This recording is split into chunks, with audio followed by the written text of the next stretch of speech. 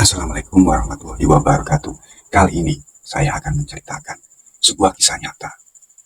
Seperti biasa, untuk nama, lokasi, dan tempat akan saya samarkan untuk kepentingan bersama. Tak perlu berlama-lama lagi. Langsung saja kita menuju ke alur ceritanya.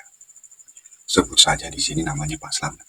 Nah, Pak Slamet ini kesehari-hariannya adalah tukang kuli bangunan. Nah, Pak Slamet ini lagi duduk di depan rumah. Tiba-tiba anaknya yang bernama Mas Rudi ini bilang, "Pak, ada apa, Le? Ini loh, Pak. Saya kok pingin dibeliin mainan. Kayak teman-teman saya, Pak, punya mainan. Masa saya kok lihatin saja nggak pernah ikut main, Pak. Saya juga pengen seperti teman-teman, Pak." Nah, Pak Slamet ini bilang, "Gini Yoli, doain Bapak biar dapat kerjaan. Sudah 1 minggu Bapak ini nganggur. Ya, nanti kalau Bapak punya uang nanti tak beliin mainan ya." "Iya Pak, udah sana kamu belajar ya, biar nanti kamu jadi orang yang sukses." "Iya Pak," kata si Mas Rudi. Akhirnya si Mas Rudi ini masuk ke rumah. Nah, si Pak Slamet ini di depan rumah. Nah, tiba-tiba temannya Pak Slamet ini lewat depan rumah. "Mat, hai, ada apa Gus?" Nah, temannya Mas Slamet ini namanya Agus. "Kok duduk-duduk aja nggak kerja?" "Iya nih Gus, sudah 1 minggu saya nganggur." "Oh, kalau kayak gitu, besok ikut kerja saya saja." "Di mana Gus?" "Ya itu di kampung sebelah. Daripada kamu nganggur, gak ada pemasukan." "Iya, iya, iya. Besok ya? Berarti gimana?" "Ya udah nanti kamu di rumah aja, nanti saya samperin. Kamu berangkat sama saya saja." "Siap, siap, siap," kata si Pak Slamet. Dan akhirnya Pak Slamet bilang sama istrinya, "Bu, besok aku mulai kerja, Bu." "Ah, kerja sama siapa, Pak?" Kata si istrinya Pak Slamet. "Tadi aku lewat depan rumah dan dia ngajakin saya besok kerja, Bu." "Oh ya udah, syukurlah Pak. Tuh kasihan Rudi dari kemarin pengen mainan," kata istrinya Pak Slamet. Dan akhirnya besok harinya tiba. Nah, si Pak Slamet ini sudah ada di depan rumah menunggu si Mas Agus. Nah, akhirnya setengah jam kemudian Mas Agus ini datang. "Nah, Mat, gue dari tadi, Mat." "Iya, Gus.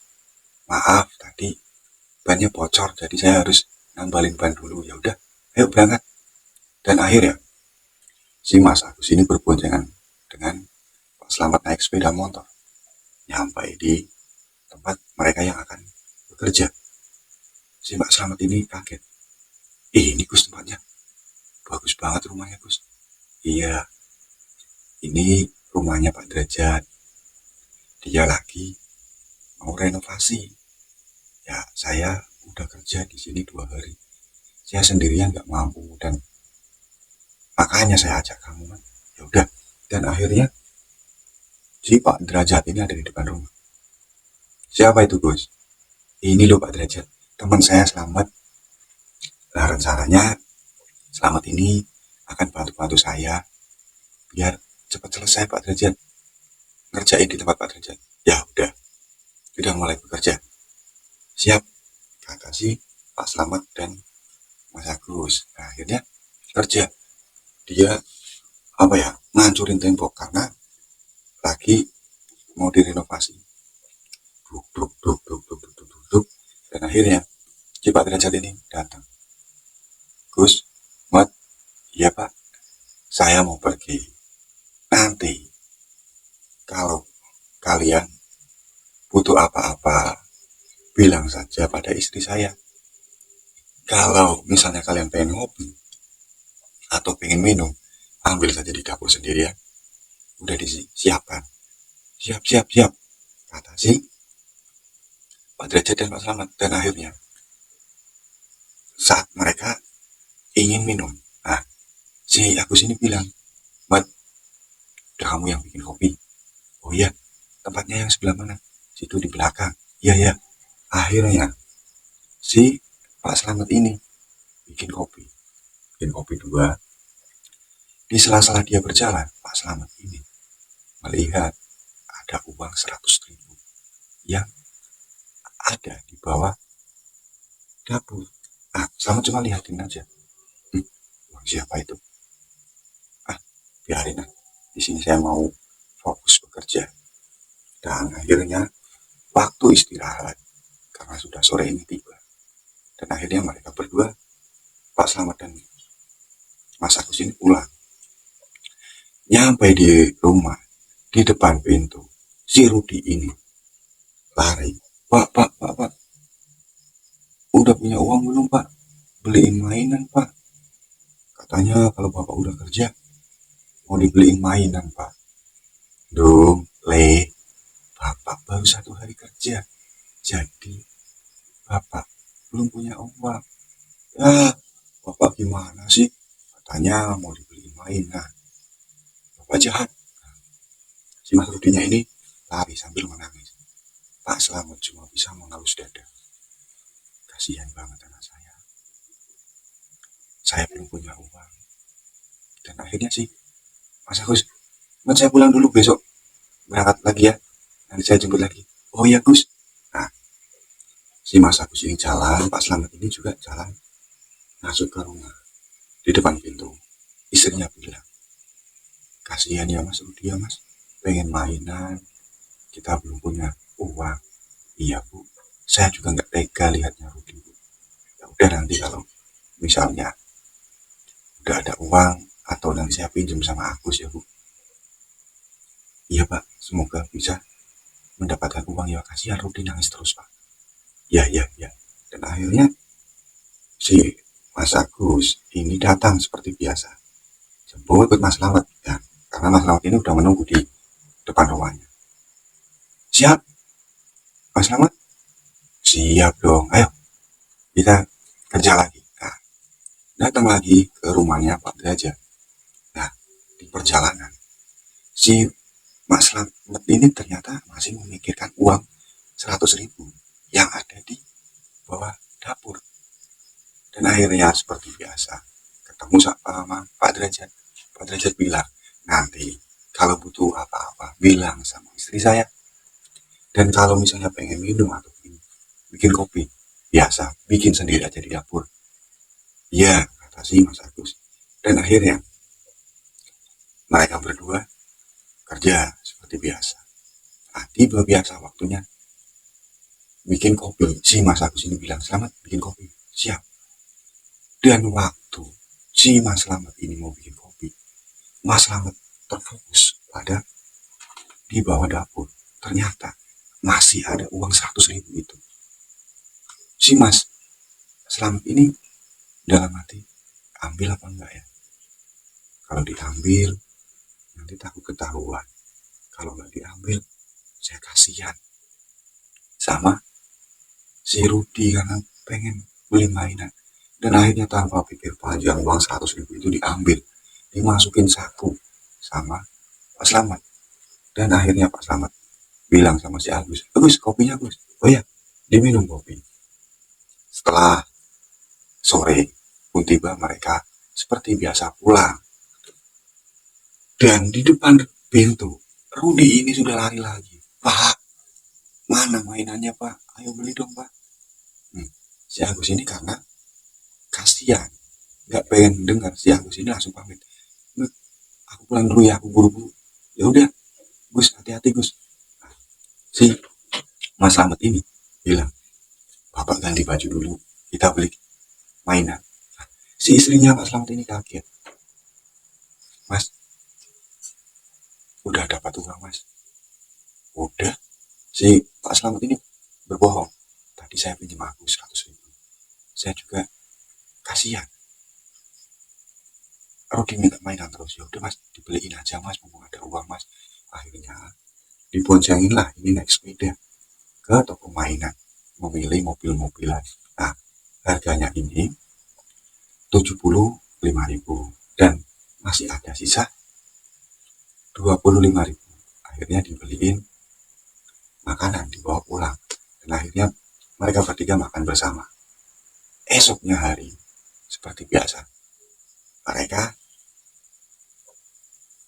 berangkat kerja, disamper oleh Agus seperti biasa. Nah, sudah 3 hari sama hari ini mereka bekerja di sana. Si dalam hati ini si Selamat ini bertanya-tanya, aduh, ini Pak Derajat kehilangan uang apa enggak ya?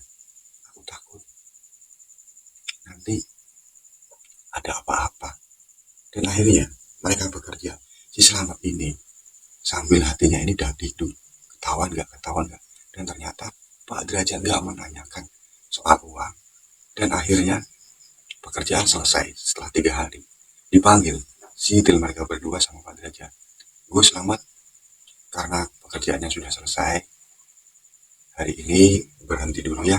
Nanti kalau saya mau renovasi, saya panggil kalian berdua. Saya suka dengan kerja kalian, dan ini gajian kamu selama 3 hari ya. Buat si Selamat dan kamu si Agus, karena kamu udah kerja dulu, nih gajian kamu. Pulang mereka berdua. Dan karena si Selamat ini gajian, nih dia udah hampir 3 hari nih nggak beli rokok ya, karena nggak punya uang.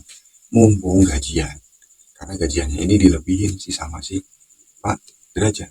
Dia bilang sama si Gus, Gus, bentar Gus, tunggu di sini Gus, saya mau beli rokok dulu. Udah 3 hari saya nggak ngerokok Gus. Oh ya udah, saya tunggu di situ ya. Iya, baru mau nyebrang jalan, ternyata tiba-tiba ada mobil yang kenceng sekali. Der, Pak Selamat ketabrak mobil. Yang anehnya, padahal si Pak Selamat ini, serempet ini, dia cuma lecet. Tapi Pak Selamat ini meninggal di tempat. Si Agus ini bingung. Aduh, ada-ada aja ya. Mat, baru dapat gajian, Mat. Kamu ketabrak mobil, kamu meninggal.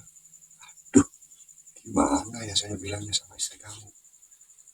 Dan akhirnya berita meninggalnya si Selamat ini nyampe juga ke rumah. Si Agus ini bingung. Mau bilang sama istrinya, si ditanyain yang enggak. Lihat Rudinya lagi mainan. Dan tiba-tiba si Agus ini nyampe dulu. Tiba-tiba ada mobil pribadi. Mas Agus, si istrinya Selamat bilang kayak gitu. Mas Selamat mana? Si Agusnya ini diem. Bingung sambil, kenapa mas? Tiba-tiba mobilnya datang. Mobil dibuka. Nah, kok jenazah? Itu jenazahnya siapa mas? Bilang, itu jenazahnya si Selamat. Loh, kok bisa? Iya, tadi waktu mau pulang, si Selamat ini bilang, katanya pengen beli rokok dulu. Udah 3 hari belum ngerokok. Waktu mau nyebrang, si Selamat. Dan akhirnya Selamat meninggal. Dan akhirnya Rudi dan istrinya Pak Selamat ini menangis. Dan akhirnya, nah, setelah dimakamkan, 3 hari kemudian, istrinya Pak Selamat ini bermimpi. Dalam mimpinya ini, si Mas Selamat ini ternyata menjadi tumbal pesugihan. Pesugihannya Pak Derajat dalam mimpinya. Aku minta tolong jaga Rudi baik-baik, Bu. Bapak begini karena Bapak sebenarnya mengambil uang di tempatnya Pak Derajat, Bu. 100.000 untuk membeliin mainan si Rudi, karena Bapak nggak tega sama si Rudi. Jadinya Bapak ambil, dan ternyata si Derajat ini melakukan pesugihan, Bu. Dan Bapak yang menjadi tumbalnya, Bu. Dan akhirnya istrinya Pak Selamat ini terbangun dari tidurnya, cuma bisa menangis. Dan keesokan harinya, si Mas Agus ini datang ke rumahnya Pak Selamat. Dan istrinya Pak Selamat ini bilang, Mas Agus, iya, ada apa? Sebenarnya kemarin itu Mas Selamat pernah pinjam uang nggak? 100.000 nggak? Pada Mas Agus, enggak pernah. kemarin berbohong, katanya pinjam uang dari Mas Agus. Tapi ternyata Mas Agus ini tidak meminjamkan uang. Ternyata Mas Slamet ini mengambil uang di tempatnya Pak Derajat. Dan ternyata Pak Derajat ini mempunyai ritual pesugihan. Dan akhirnya Mas Slamet ini menjadi korban. Ya, sedikit cerita dari saya, semoga bisa bermanfaat. Ya, untuk kalian semua, jangan pernah mengambil barang atau uang yang belum bukan hak kalian ya. Ya. Wassalamualaikum warahmatullahi wabarakatuh. Curhat, Mister.